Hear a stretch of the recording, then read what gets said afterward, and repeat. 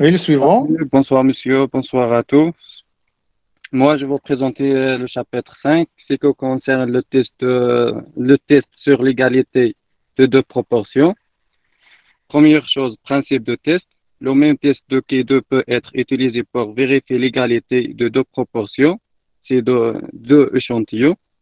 A0 égale à P1 égale à P2 et H1 égale à H1 P1 différent à P2. Puisque si on pose X, la variable aléatoire qui donne la population, A ou 2, et Y, la variable aléatoire qui donne succès ou échec, cela correspond aux hypothèses. Hypothèse 0, les variables aléatoires sont indépendantes, et hypothèse 1, les variables aléatoires sont dépendantes.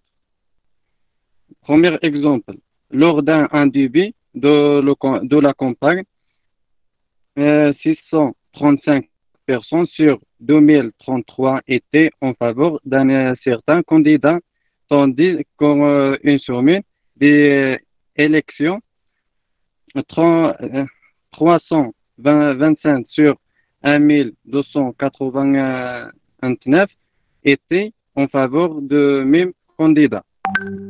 On dire un niveau,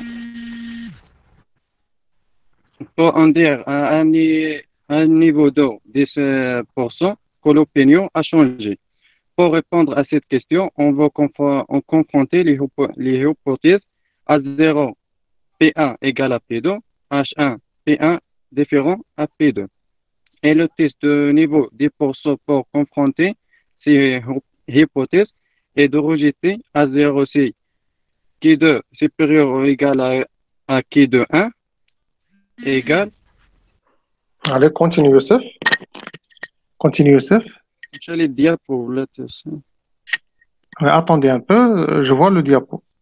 A0, c'est Q2 supérieur ou égal à Q2 1 égal à 2,7055. Or, on observe sondage électoral. Les favorables en débit, c'est 635, enfin 325. Et non favorables en débit, 1396 et enfin 962. Et la statistique de Kido, telle que calculée par Excel, et on rejette à zéro au niveau de 5%. On doit donc conclure que la proportion de personnes favorables au candidat a changé au cours de la campagne électorale. Remarque. Il est possible de faire un test unilatéral. On utilise une statistique de Kido. Pour faire le test, il faut diviser le niveau de signification par deux. Lorsqu'on utilise ce dernier pour prendre la décision, on utilise le point critique alpha. Exemple, on, on pense qu'il y a une proportion plus grande de personnes qui utilisent le transport en commun à Montréal que Toronto. Pour valider cette hypothèse, un échantillon de 350 résidents de Toronto est constitué et sur ce nombre, il est en 155 qui utilisent régulièrement le transport en commun à Montréal sur un échantillon de 500 personnes. Elle est en à 260 qui utilisent régulièrement le transport en commun. Pour en dire avec un niveau de 10% que le Montréal utilise plus le transport en commun qu'en Toronto. Solution. On va confronter les hypothèses à 0 PM égale à PM1 et H1 PM supérieur à PT où OP représente la probabilité d'utiliser régulièrement les transports en commun. Le test de niveau 10% et de rejet à 0 c'est Q2, test de Q2 supérieur ou inférieur à un test de Q2 1 égale à 1,64. Le transport, oui, oui, Montréal, donc 260 et Toronto 155. Et non, moi, Montréal 240 et Toronto 195. Le tableau des fréquences théoriques est donné par le transport, oui, 244,2 Montréal et Toronto 170,88 Toronto. Et transport non Montréal, donc 155,88 et Toronto 199, 179,2.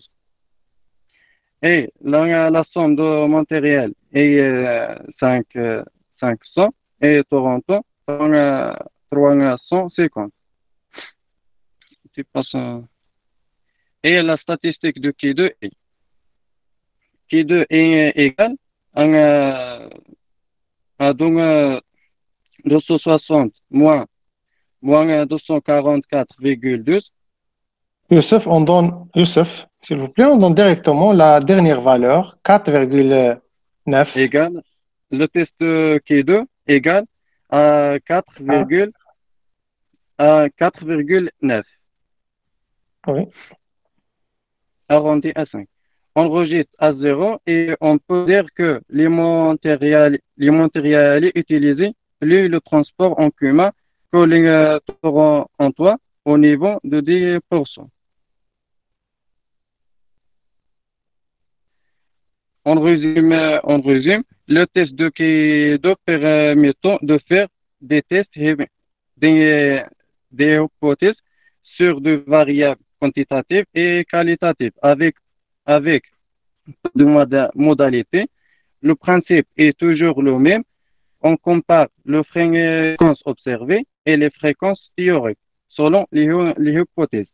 Pour comparer une distribution à une loi de probabilité, les fréquences théoriques sont données par TE égale à NP et O et le test est de rejet à 0 C. Test de Q2 égale la sommation de K est égale à 1 fois NE moins TE au carré sur TE supérieur ou égal à Q2 K moins 1 alpha.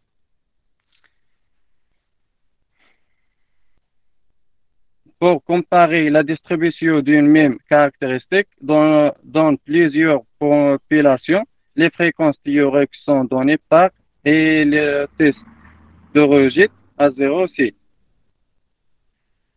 Test de Q2, la sommation de K sur I égale à 1, la sommation de M, J égale à I égale à 1, N et J moins T et J au carré sur T et J supérieur ou égal à test de Q2 K moins 1 fois M moins 1 alpha.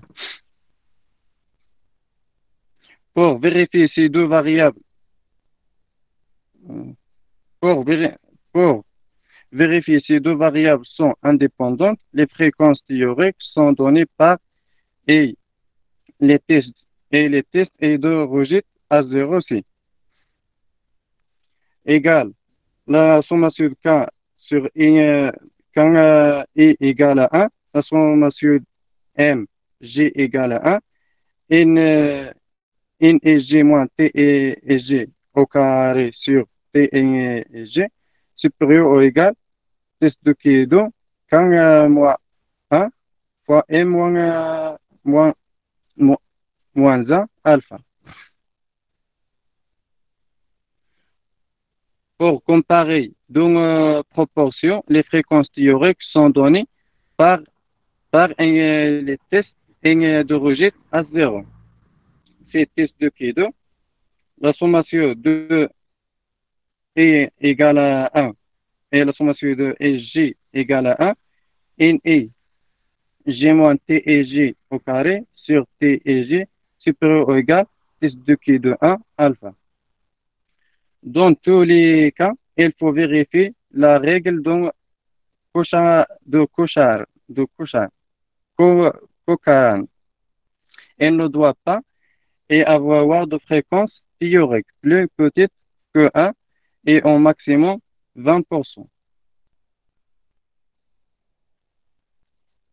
Et maintenant, je vais donner la parole à Wissam qui va expliquer l'exercice dans l'application.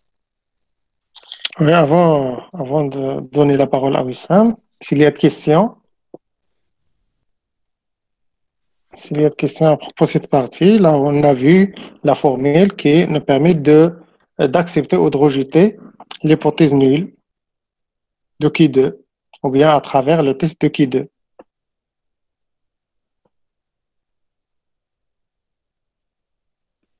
Donc, s'il n'y a pas de questions, on passe.